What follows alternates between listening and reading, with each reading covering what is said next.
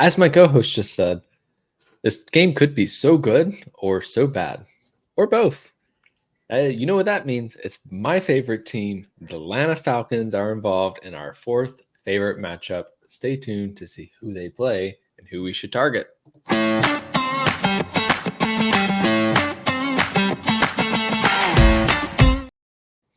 Welcome to Summer School Club Fantasy's Best Ball podcast, streaming exclusively on YouTube. I am your host, Austin Amandolia, and here with me, as always, is my co-host, Matt Record. This is another CRAM session episode where we break down a single Week 17 matchup to look at the upside for best ball leagues. Remember to hit like and subscribe so you catch all of ours. We have 3 episodes left after this one to break down those Week 17 matchups.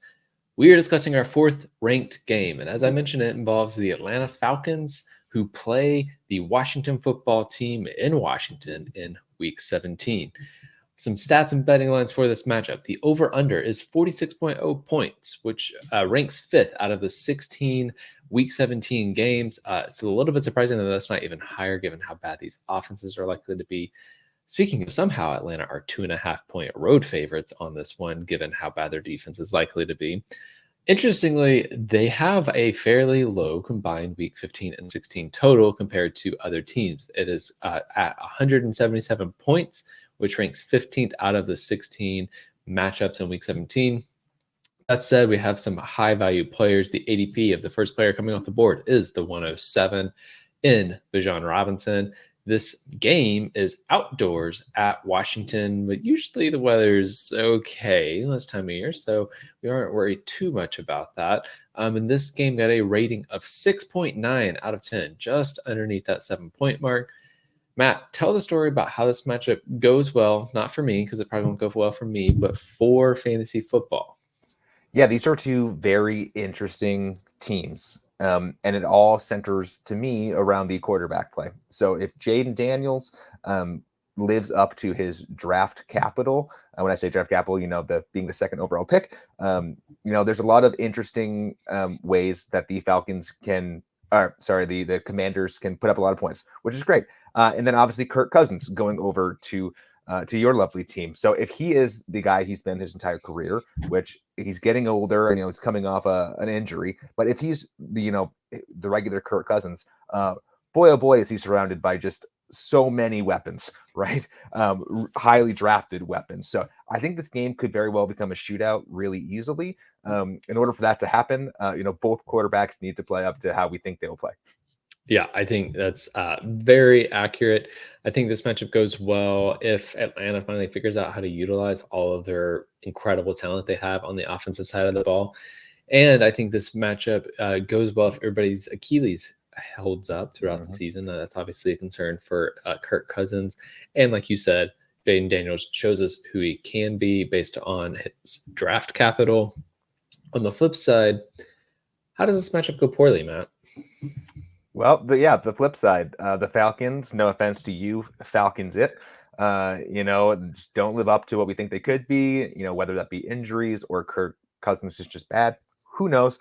That's a real chance there. And then, Jaden Daniels, has a slump, or I don't know if it's even a slump if it's his rookie year, but, just can't really figure it out.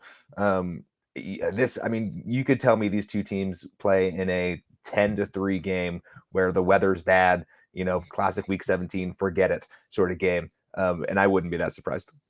Yeah, I'm with you there. I think for me, the way that this matchup goes poorly is Jaden Daniels isn't playing, potentially because Washington was not a good offensive line last year.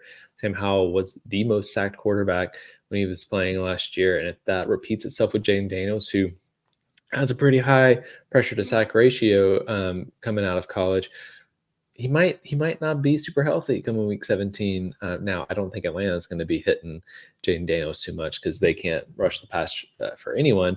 So I think it really does come back down to the quarterbacks and where they are at this point of the season, which means there's high upside if the quarterbacks are healthy. There's just low downside. If we get a Michael Penix versus whoever the heck the backup is for the Washington football team is, this matchup may not be all that interesting.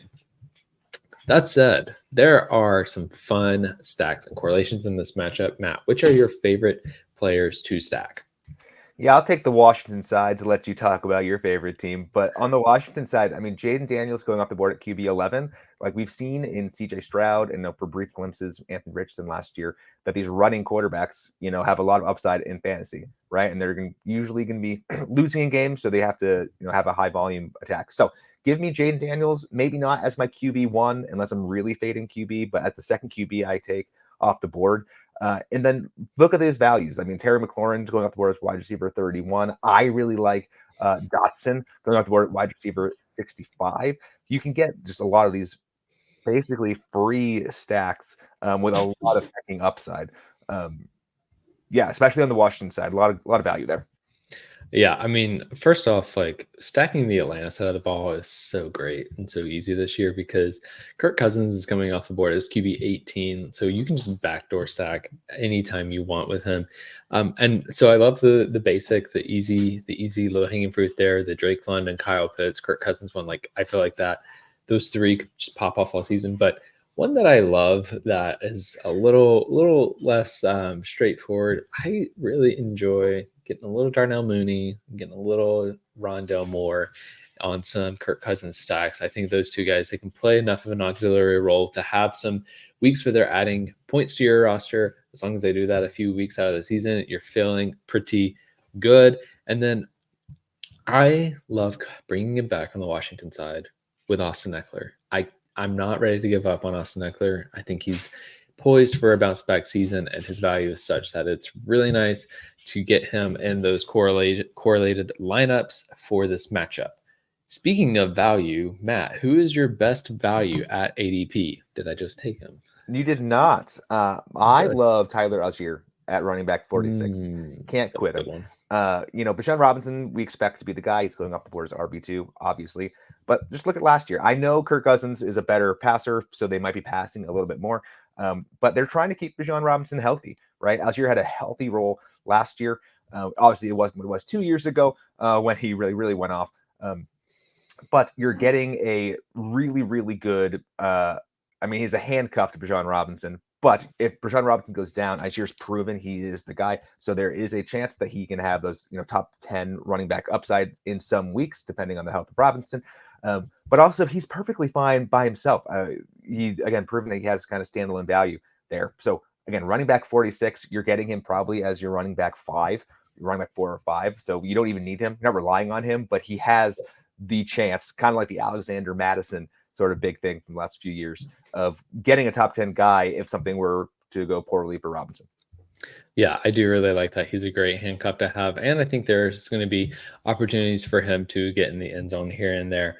I've heard some people talking about how this offense might set up where you have Bijan going in for a couple of drives and then you'll have Algier go in for a full drive. And instead of like bouncing back between plays and having like goal line rolls and non-goal line rolls, you'll just have one of those running backs in for an entire drive. So if Algier is in when they get a rushing touchdown, like he's going to be adding points to your roster that week. For me, I am going to talk about Austin Eckler. He is, to me, the value, maybe of fantasy football this year. He's going as RB 41. ADP is at 130. So he's going after the 10th round. It just feels wrong. It feels like he is a guy, he can get into the end zone. And on underdog, that is so huge. He's had multiple double-digit touchdown seasons. I see no reason he can't get back to that. He's going to be a pass catching option, which could be useful for a rookie quarterback in Jaden Daniels. Yes, Daniels will run the ball plenty himself, but there will be times where he does need to dump it off to Austin Eckler.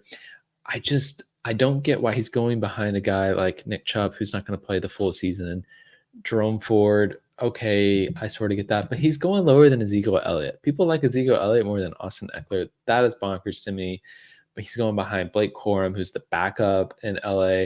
I see this being a more of a 50-50 split and Austin Eckler being able to easily beat that ADP. On the flip side, who is the biggest trap in this matchup?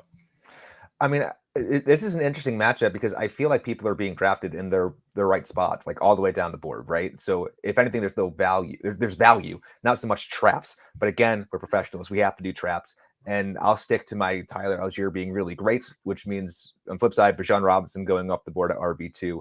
being the trap. When you are going to have to be drafting Bijan Robinson in the first round, you're going to have options. So you'll probably be looking at, maybe an AJ Brown going off the board as wide receiver 6.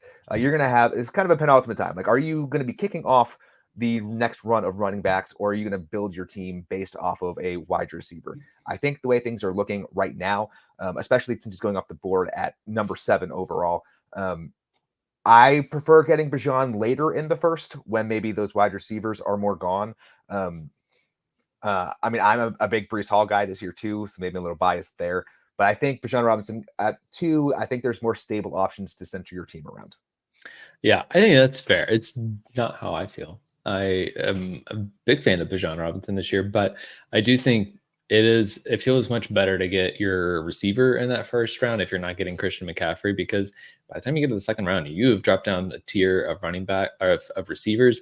You haven't dropped down that far of a tier of running backs. So I see the thinking there. For me, the biggest trap is Jaden Daniels. I am not a huge fan of rookie quarterbacks in best ball formats. They have a ton of upside, but it is rare that we see a sensational rookie season. He's already being drafted as a QB1, and I feel concerned about how this offense is going to support him. This isn't a situation like Caleb Williams, where Caleb Williams has a solid offense. And that's the thing that gets me about this too. It's not just the fact that Jaden Daniels is a QB1. It is that he's going ahead of Caleb Williams, who was the number 1 overall pick, who the NFL said was better than, who has way better weapons, has a better offensive line, and a better defense. Like, Caleb Williams' situation is so much better, and having him go after Jaden Daniels just because Jaden Daniels runs the ball more does feel a little bit off to me, because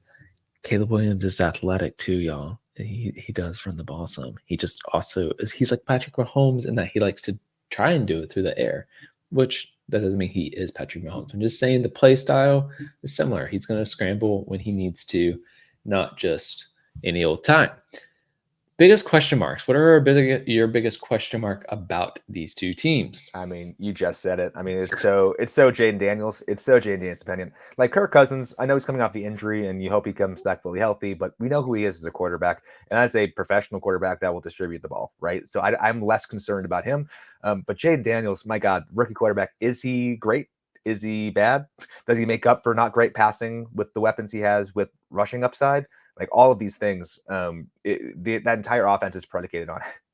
Yeah, and I'm just going to build on that point, because the biggest question, like, not only is it Jaden Daniels, to me, is Cliff Kingsbury. Is he going to be able to manufacture an offense that is successful throughout the season? When he was coach of the Arizona Cardinals, they were great for the first 6 weeks, and then it seemed like they were done. Like, they were like, oh yeah, we figured out early season, and then as soon as defenses could figure out, oh, this is what you're doing, let's counteract that. That was it. So I'm curious to see if time away from the NFL has allowed him to grow as an offensive mind and will keep this offense on the rails. Other teams to target if you're targeting Atlanta and Washington. Atlanta plays the Las Vegas Raiders in Week 15 and the New York Giants in Week 16. Washington plays the New Orleans Saints in Week 15 and the Philadelphia Eagles in Week 16. The Las Vegas Raiders and the New Orleans Saints play each other in Week 17. So again, if you're out here and you're getting these two teams, Atlanta and Washington, go ahead and get you some Las Vegas and New Orleans. You kind of are getting a couple of bites at the apple by taking that approach. That is going to be all for this episode. Before you go, reminder to hit like, subscribe, turn on those notifications so you can look out for all of our videos. We're on to the top 3 after this. We will be breaking down our 3rd favorite matchup in Week 17 in our next episode. For Matt Record, I'm Austin Amandolia. This has been Summer School, and until next time, remember, defense wins championships, offense wins fantasy football, and best ball makes money. See you next time.